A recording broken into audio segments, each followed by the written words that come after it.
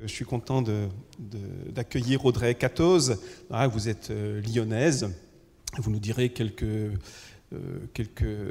mots tout à l'heure de l'entreprise que vous avez créée il y a une dizaine d'années dans le secteur de la lunetterie. Voilà, un secteur de l'intime, vous le direz mieux que moi, dans le métier des yeux. Donc il y a quelque chose de profond dans la rencontre des personnes, avec un certain nombre de magasins d'optique que vous avez ouverts. Et la Croix, vous avez fait un portrait l'année dernière où on vous présentait comme une militante du produire en France. Vous nous en direz un mot aussi, qui est peut-être une forme de courage aujourd'hui. Frédéric Van Hems, on vient de vous dire quelques mots de présentation. Vous avez commencé dans le monde de la presse, m'avez-vous dit, dans la production, dans l'imprimerie au Figaro, puis ensuite dans les métiers de l'eau. Et donc vous êtes à Veolia depuis 8 ans et vous avez pris en charge depuis le mois de fin août la branche américaine de cette grande entreprise. Donc notre table ronde, c'est sur le courage des croyances. Alors, je ne sais pas si c'est un mot qui parle beaucoup pour l'un ou l'autre, croyance. Vous êtes tous les deux de tradition chrétienne, engagés aux EDC. Donc, on est plutôt dans le registre de la foi chrétienne. Donc, c'est dans ce registre-là que nous allons nous situer. Alors, peut-être simplement commencer par vous donner la parole. Je lisais dans une présentation que vous faisiez, Audrey, il y a quelques semaines dans les EDC. Vous disiez, avant de parler de Dieu, il faut d'abord parler de soi. On disait, il y a peut-être, il faut entrer en empathie avec son public, même si parfois c'est dans l'intimité d'un magasin d'optique. Ici, l'intimité est un peu plus large. Mais parlez-nous d'abord de vous, avant qu'on puisse en venir aux convictions qui vous animent. Alors effectivement, à peu près 50% de mon métier, c'est un temps d'écoute. Donc, dans l'accompagnement de mes équipes et puis dans l'accueil des clients. Et j'ai vraiment à cœur que ce temps d'écoute soit un moment où on peut vraiment rencontrer l'autre, faire connaissance, et pas juste de manière superficielle, parce qu'on a besoin d'acheter des lunettes, mais vraiment un vrai cœur à cœur. Alors c'est peut-être un truc de nana, à partir de Quadra et compagnie, où on ose un peu plus facilement rentrer dans parler de soi et en fait c'est extrêmement riche. Oser aborder nos problématiques de famille, parce que finalement c'est pas quand on ouvre la porte du bureau que tout s'évanouit. Oser dire que parfois c'est difficile, on dort plus toujours très bien la nuit, on commence à avoir des problèmes d'ado, on commence à avoir des problèmes de surcharge de boulot, des chéris qui en ont, etc. Et en fait, oser être vrai, pas juste en mode tout le temps Wonder Woman, mais ouvrir cette porte de sensibilité et qui permet en fait à l'autre aussi, on a parlé tout à l'heure de gentillesse, alors ça m'a fait hyper plaisir parce que nous on dit beaucoup le mot bienveillance, mais je trouve que c'est devenu un peu tarte à la crème, et donc effectivement par cette gentillesse devenir accessible. Et pour donner donc un exemple, effectivement, quand on vient chez nous acheter une lunette, toutes les lunettes ne vont pas à tous les visages, donc je les mets devant une glace, j'ai un petit jeu de cartes et je leur apprends à décomposer, toute une expertise en morphopsychologie de leur visage. Et en fait, c'est un truc de dingue parce que les gens sont hyper étonnés en fait de cette lecture qu'on peut avoir, et comme ça touche l'intime. Et du coup, souvent, ils parlent d'eux. Et les yeux, ça fait un peu peur, on n'est pas content d'aller chez l'opticien, ça veut dire qu'on vieillit, etc. On ne sait pas trop ce qu'il y a écrit sur l'ordonnance, mais c'est jamais bon signe. Donc, souvent, on sent de l'inquiétude. Et là, ils commencent à se livrer. Ah oui, mais vous savez, alors ça a baissé, et mon mari, et le glaucome, et la cataracte, et ma mère, et machin, et trucs, etc. Et là, c'est d'être capable de saisir cet instant où ça s'arrête, et on peut être touché par l'autre, ce qu'il nous dit. Et des fois, des choses vraiment lourdes à porter, et de dire, écoutez, ça me touche ce que vous me dites. Vraiment, ça me touche. Écoutez, dites-moi un peu plus. Ah bon, et votre fils, et il a une dépression, et votre mari sort de l'hôpital. Enfin, oui, on sort complètement du job en tant que tel. Et de s'arrêter, de dire, écoutez, ça me touche. Je ne sais pas ce que je peux faire, mais ce que je peux faire, c'est je peux éventuellement prier pour vous, parce que je crois en un Dieu qui peut intervenir dans des situations comme ça. On est quand même dans un magasin avec plus ou moins de monde, donc ça fait, le temps s'arrête un petit peu, il se passe, Et puis en général les gens disent oui. Bon, après je les rassure, je leur dis Au pire, il ne se passe rien, hein, voilà, donc ça ne coûte rien. Et au mieux, il se passe quelque chose. Voilà, donc c'est oser, parce qu'on a parlé de soi. L'autre va être capable de parler de lui aussi, parce qu'on a parlé de soi dans ses vulnérabilités, pas que dans ses succès. Alors moi, j'en ai des tout petits, hein, donc la question ne se pose pas. Voilà, oser ensuite témoigner de l'espérance qui est en nous et le faire concrètement. Frédéric Van Hems, vous avez une autre expérience. Hein. Audrey est créatrice de son entreprise, donc elle la façonne à partir de sa propre expérience, de ses valeurs. Vous êtes dans un groupe où peut-être la place des convictions peut plus difficilement trouver sa place. Quelle place a votre foi dans votre travail, dans votre manière de concevoir votre métier de dirigeant ?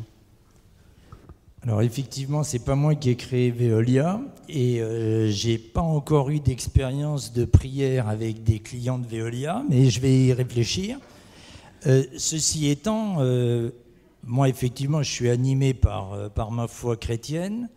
Je suis très inspiré par la doctrine sociale de l'Église et ce que ça m'apporte, c'est le fait de ne jamais être seul. J'ai toujours l'impression que le Seigneur est là. Et donc, je ne suis jamais seul et en même temps, je sais que je suis jugé, au bon sens du terme. Et que donc, je ne dois pas faire n'importe quoi avec les responsabilités qui me sont confiées. Donc voilà un premier élément de réponse. Et puis ensuite, avec la doctrine sociale de l'Église, j'ai appris plein de choses que j'ai essayé de mettre en pratique dans la manière de fonctionner dans l'entreprise et notamment la subsidiarité, qui consiste à essayer de mettre les responsabilités au plus près possible du terrain, de responsabiliser les équipes, de donner sa place à chacun, de donner une préférence pour le plus faible dans l'entreprise, donc d'essayer de prendre les décisions en prenant ça en compte, le bien commun, enfin tout un tas de choses qui peuvent paraître comme ça des principes un petit peu en l'air, mais qui, si on essaye de les mettre en œuvre avec humilité, en se trompant régulièrement dans l'entreprise, changent complètement les choses. Maintenant, c'est devenu une tarte à la crème de dire on va mettre l'humain au cœur de tout. Mais quand on essaye vraiment de le faire, ça change tout. Ça change tout. En entreprise, on est tous habitués à parler d'EBITDA, de taux, de fréquence, de tout un tas de KPIs, comme on dirait maintenant en bon français. Dès qu'on se met à parler de bienveillance ou de délicatesse ou de joie ou de ce genre de choses, ça peut tout changer, en bien ou en mal. Parce que si ça reste des mots, très vite, les équipes vont dire on se fout un peu de ma gueule. C'est de la com, c'est à la mode. Si c'est vécu avec exemplarité et humilité, si les équipes sentent que c'est sincère, avec humilité, parce que, évidemment, en disant bien, on essaye de fonctionner comme ça, et puis on fait 2 pas en avant, 1 pas en arrière, 1 pas sur le côté, on se plante tous les jours, mais s'il y a une vraie sincérité, une authenticité dans le fait d'essayer de fonctionner comme ça change tout. Il y a un mot écrit au mur dans votre bureau. Oui, c'est Audrey qui me le rappelait tout à l'heure, parce que j'avais eu l'occasion d'en témoigner à des assises d'essai. J'avais expliqué on me disait, alors est-ce que tu parles de ta foi dans l'entreprise, le courage de nos croyances? Est-ce que tu parles de ta foi en entreprise? Non, j'en parle pas.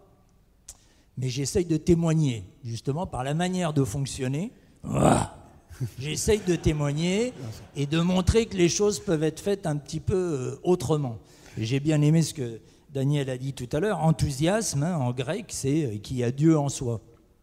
Et je pense que qui a Dieu en soi, normalement, il doit trouver un peu de paix, un peu de joie, et ça doit se voir. Donc moi, j'en parle pas, mais j'essaye de témoigner. Et j'essaye, justement, me sentant aidé par ma foi et en même temps un peu jugé par le Seigneur de bien faire les choses. Et puis de temps en temps, ça fait que des gens se posent des questions. Alors j'ai une icône dans un coin de mon bureau, donc j'en parle jamais, mais si les gens veulent m'en parler, je suis très heureux. Et puis j'ai un grand merci, hein, merci à Audrey de me l'avoir rappelé, j'ai un grand merci derrière mon bureau, en tout cas c'était comme ça à Veolia Eau France. Et des fois, les gens, au bout de 2-3 fois, me disent « Tiens, au fait, pourquoi il y a merci derrière ton bureau ?» Et moi, je dis merci parce que merci aux clients, merci à toutes les équipes. Et puis comme moi, je crois que la responsabilité que j'ai, elle m'est confiée par quelque chose de plus grand que moi, je dis aussi merci à ça.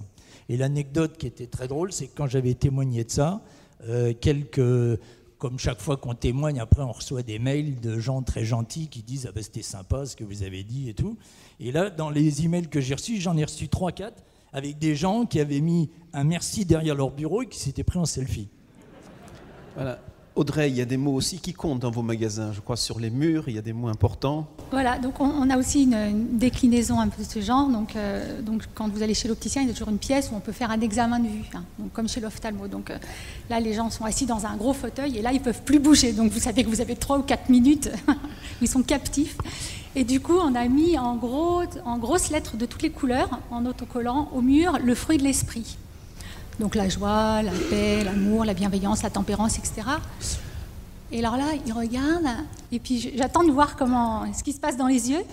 Et je leur donne des indices. Je dis, ah oui, c'est dans un livre qui est au patrimoine mondial de l'humanité.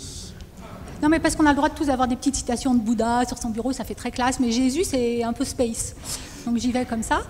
Et donc ça permet de voir et d'enclencher la conversation. Et là, plus récemment, dans un magasin qu'on a ouvert à la Croix-Rousse, c'est un magasin avec un étage, on a fait peindre une immense fresque en mode tag, un peu genre Jardin d'Éden 2021, avec très sympa, des oiseaux et tout. Et on a tagué toujours ces mots-là, mais en tag, donc c'est un peu plus difficile à lire.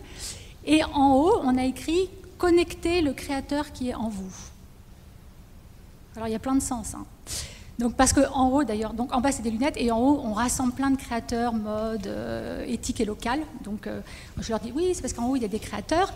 Et puis voilà, c'est aussi, et donc là je dis voilà, le créateur qui nous anime au quotidien, et ça permet de déboucher sur plein de conversations, donc de manière hyper subtile, hein. Je crois qu'on en reparlait tout à l'heure, on n'arrive pas avec ses gros sabots, on s'adapte. On s'adapte à son interlocuteur et ça demande un gros travail de préparation, presque autant qu'un entraîneur, c'est-à-dire notamment dans le choix du vocabulaire, hein. Souvent on arrive, on est imprégné de notre vocabulaire religieux, et sauf qu'on oublie que la plupart des mots, les gens ne comprennent absolument pas. Enfin, l'Esprit Saint, personne ne sait ce que ça veut dire réellement. Nous-mêmes déjà, on ne comprend pas toujours, hein, quand ça se produit. Même la notion de Dieu est hyper complexe, et donc je crois que si on a à cœur de partager cette ressource que l'on a, déjà, il faut utiliser des mots qui vont être compris par tout le monde pour établir des ponts. Voilà. Et donc, de plus en plus, en parallèle de la méditation des textes bibliques, je fais un travail sémantique. Par exemple, je dis beaucoup moins Dieu, enfin pas tout de suite, je dis la source. Vous savez, avec cette notion de « mais si tu savais la source », à laquelle tu peux avoir accès, et comme ça rend heureux.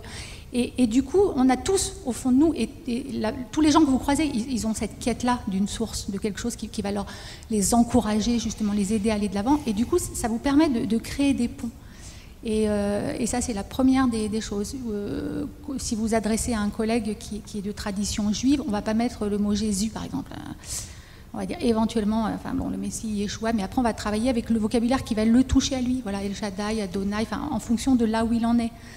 On va s'intéresser aux différentes fêtes qu'il traverse, voilà, et penser à passer un petit coup de fil. Ah bah tiens, je sais que c'est Ramadan, ça me fait plaisir, comment ça se passe dans ta famille, qu'est-ce que vous avez cuisiné, et mes collègues, ils sont étonnés, parce que d'habitude quand le boss appelle, surtout un samedi soir, quoi, c'est un peu bizarre, et c'est pas pour parler boulot, c'est pour dire, je sais que tu as ce temps fort en famille et je m'y associe par la pensée, et c'est tout. Et je te souhaite une bonne fête de Pâques à mes associés juifs, etc. Donc voilà, faire ce travail en amont, de se mettre au niveau de son interlocuteur et d'avoir cette curiosité de le rejoindre là où il est, en espérant qu'il y ait une réciprocité et qu'il pose après une question et après là, on se fait plaisir. Frédéric, vous vivez dans un autre contexte. C'est plus facile aux États-Unis de parler de sa foi, de ce qu'on croit? C'est ni plus facile ni plus difficile. Le monde anglo-saxon est beaucoup moins déchristianisé ou déreligiosisé, je ne sais pas comment il faut dire ça, et tout le monde parle plus facilement de sa foi, mais tout est beaucoup plus codifié, hein, donc c'est toujours très très délicat. Mais à nouveau, et là évidemment on est dans des structures de taille très différentes, Audrey et moi, et toi tu as créé ton entreprise et tu peux faire les choses complètement comme tu le souhaites, comme tu les sens, et avec toute la délicatesse que tu évoquais. Moi je ne me sens pas du tout en mission religieuse en entreprise. Alors je sais que le terme n'est pas nécessairement le bon, mais je ne me sens absolument pas la vocation de faire du prosélytisme en entreprise. C'est pas mon job. Moi, mon job, c'est d'être le coach, ou d'être le leader, ou quel que soit le mot, et d'essayer d'emmener, d'être entraînant, hein, j'ai beaucoup aimé ce mot de Daniel, d'être entraîneur d'une communauté humaine pour essayer de grandir ensemble, de faire grandir le résultat, de faire grandir chacun individuellement dans l'équipe, de faire grandir la satisfaction des clients. Allez, on essaye d'aller grandir tous ensemble. Et moi, ma manière de le faire, ma manière de fonctionner dans cette responsabilité, elle est animée par mes convictions, mes croyance, je ne sais pas si c'est le bon mot, je suis très inspiré par la doctrine sociale de l'Église, mais je ne veux surtout pas l'imposer aux autres. Alors je suis arrivé qu'en fin de matinée, il y avait un thème ce matin, j'ai interrogé quelques copains sur le courage de la vérité. Moi, je suis habité par cette foi qui me dit que oui, il y a une vérité et il faut la chercher. La Terre, elle n'est pas ronde ou plate ou ovale selon comment on veut la voir. La Terre, elle est ronde. Elle n'est pas plate, il y a une vérité. Pendant longtemps, elle a été recherchée. Donc je crois qu'il y a toujours une vérité, que ça vaut la peine de la rechercher, mais que dès qu'on croit la posséder et qu'on veut l'imposer aux autres, on est dans l'erreur. On n'est plus du tout dans la vérité. Donc qui serais-je pour imposer mes croyances ou ce à quoi je crois à une entreprise où il y a des tas de gens qui ne croient pas ou qui ont d'autres confessions, ou etc.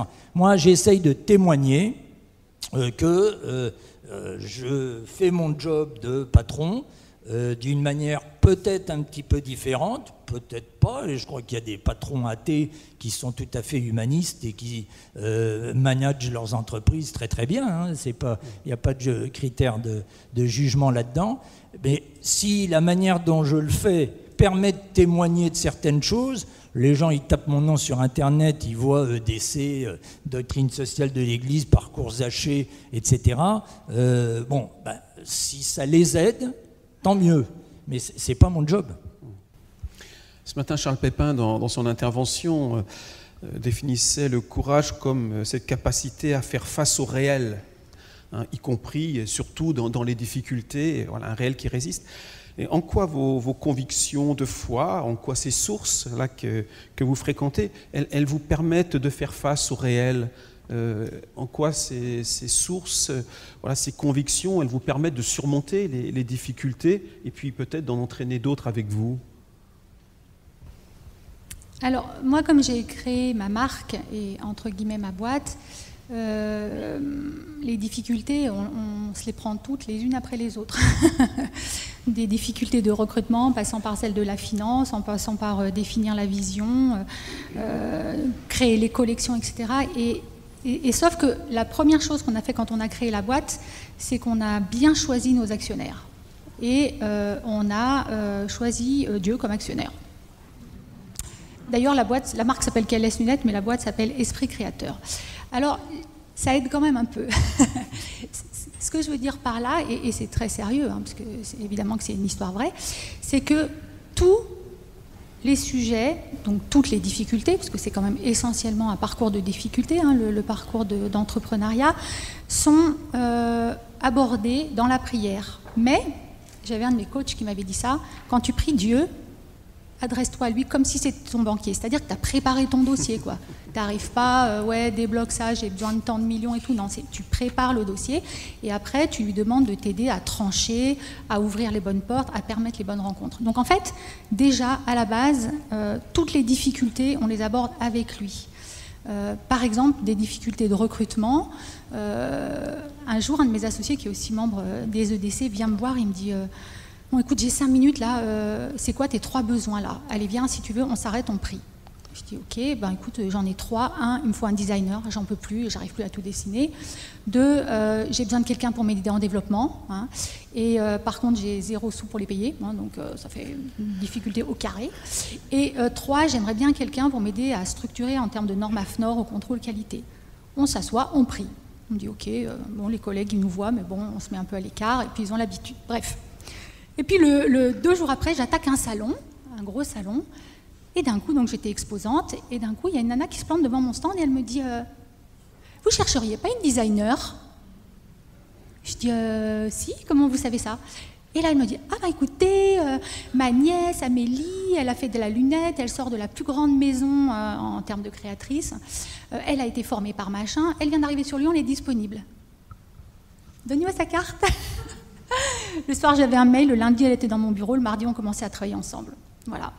Et puis après, 5 minutes après, une autre nana qui se pointe devant, sur le stand, et elle me dit ah, mais c'est vous, Audrey Catto? Je dis oui. Elle me dit ah, mais je vous reconnais, vous avez fait un TEDx à l'EM et tout, j'étais dans la salle, c'était super intéressant, je rêve de travailler pour vous. En fait, je fais un master à l'EM sur le développement commercial. En fait, j'ai 18 mois de stage à faire et j'ai pas besoin d'être payée parce qu'en fait, c'est dans le cadre d'une reconversion et c'est mon laboratoire qui me paye. Est-ce que je peux venir en stage chez vous? Amen. Là, j'avais plus rien à dire. Donc, elle est venue et tout. Et puis après, elle revient, elle va boire un café, elle me dit « Est-ce que je peux vous présenter ma copine ?» Je dis « Oui. » Ma copine aussi, elle était dans la salle. Et puis, elle bosse au contrôle qualité chez Renault Trucks. Et puis, en fait, elle vous avait envoyé des mails sur LinkedIn. Et puis, vous avez été super sympa. Vous lui avez répondu 1 fois, 2 fois. Elle avait été très étonnée. Et elle aussi, elle cherche un stage. Elle est super forte sur tout ce qui est normes et contrôle qualité. OK. Voilà. Mais c'est juste du concret. Et des histoires comme ça, j'en ai plein. Alors, c'est à mon petit niveau. Mais quand on me dit, mais comment vous faites? Ah, bah, c'est très simple, en fait. Je m'adresse aux bonnes personnes. Je fais le job. Hein. On bosse comme des tarés, il n'y a pas de problème.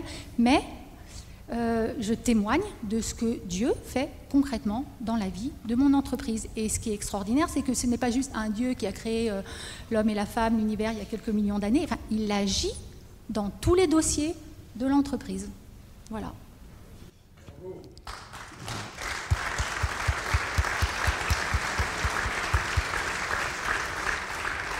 Frédéric, vos sources de ressourcement? Ben, moi, à titre personnel aussi, la prière, bien sûr, mais pour revenir à l'entreprise dans laquelle je suis, et toujours un contexte assez différent, je reviens à votre question sur se confronter au réel. Oui, je pense que le courage, c'est pas de faire disparaître la peur. Je n'étais pas tout à fait en phase avec Daniel là-dessus. Je pense que c'est de surpasser sa peur.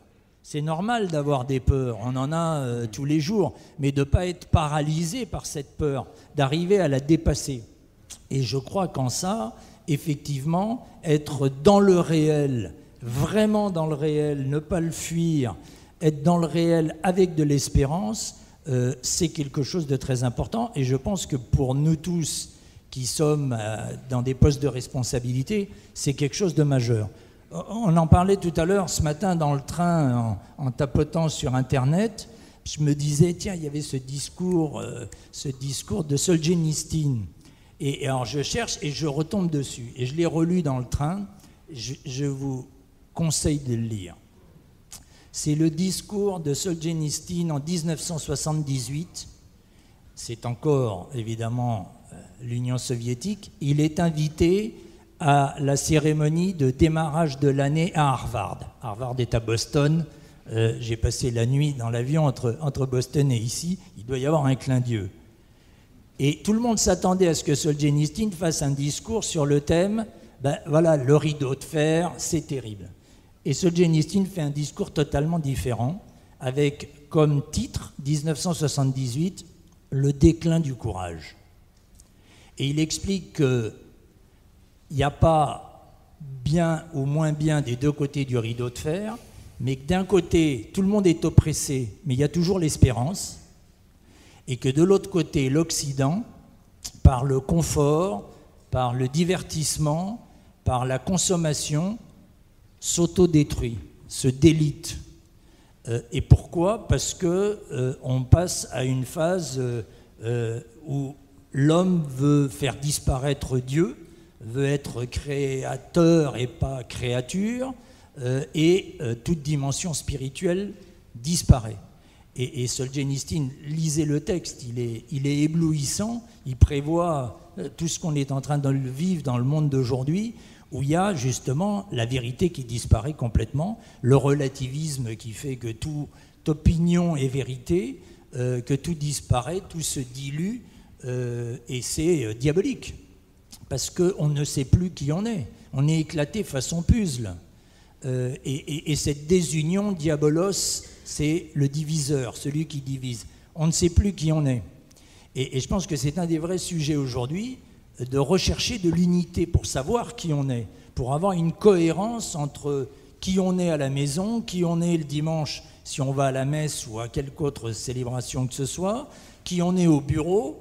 Alors le parcours Zachée, moi, m'a beaucoup aidé, du nom de Zachée, c'était l'évangile un jour cette semaine d'ailleurs, ce petit bonhomme qui a eu le courage de monter dans un sycomore, quitte à paraître totalement ridicule pour voir passer Jésus, et qui a remis Jésus au cœur de sa vie, ça lui a redonné de l'unité, et je pense que quand on a cette recherche d'unité, il faut sans doute plus d'une vie pour y arriver, mais on trouve de la joie, on trouve de la paix, et quand on a de la joie et de la paix, je pense qu'on peut diriger d'une manière plus sereine, et on peut être entraînant vis-à-vis des équipes et les emmener dans la bonne direction pour grandir ensemble.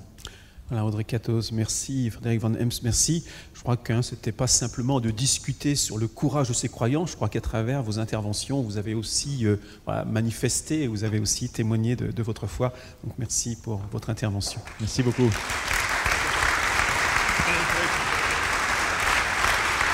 Merci beaucoup.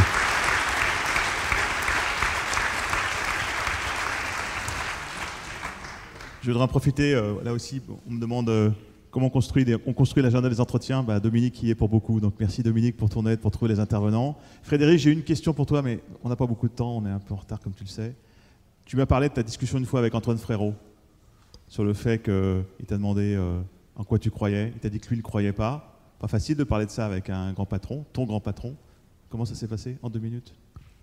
Écoute, c'est une discussion il y a 10-11 ans. La première fois que je rencontrais Antoine Frérot, qui est devenu mon patron, et effectivement, on parlait d'un sujet professionnel. Assez vite, je lui ai dit, mais en fait, oui, moi, je verrai la chose comme ça, mais de toute façon, vous savez, si je dois m'occuper du sujet, les gens taperont mon nom sur Internet, ils verront que je suis enseignant sur la doctrine sociale de l'Église. Je ne le fais pas vraiment parce que c'est à la mode, je le fais parce que j'y crois. Donc, il y a des choses que je ferai dans le respect de ses convictions. Et Antoine est effectivement athée, mais ce n'est pas un athée de surface comme il y en a beaucoup aujourd'hui. C'est un athée très profond qui a beaucoup réfléchi, qui ne croit pas à la transcendance, mais on a déjà eu quelques discussions avec lui sur le sujet. Donc voilà, l'anecdote. Tu as fait ça avec beaucoup de courage et je trouvais ça, ton témoignage, c'était très beau. Merci. Merci à vous.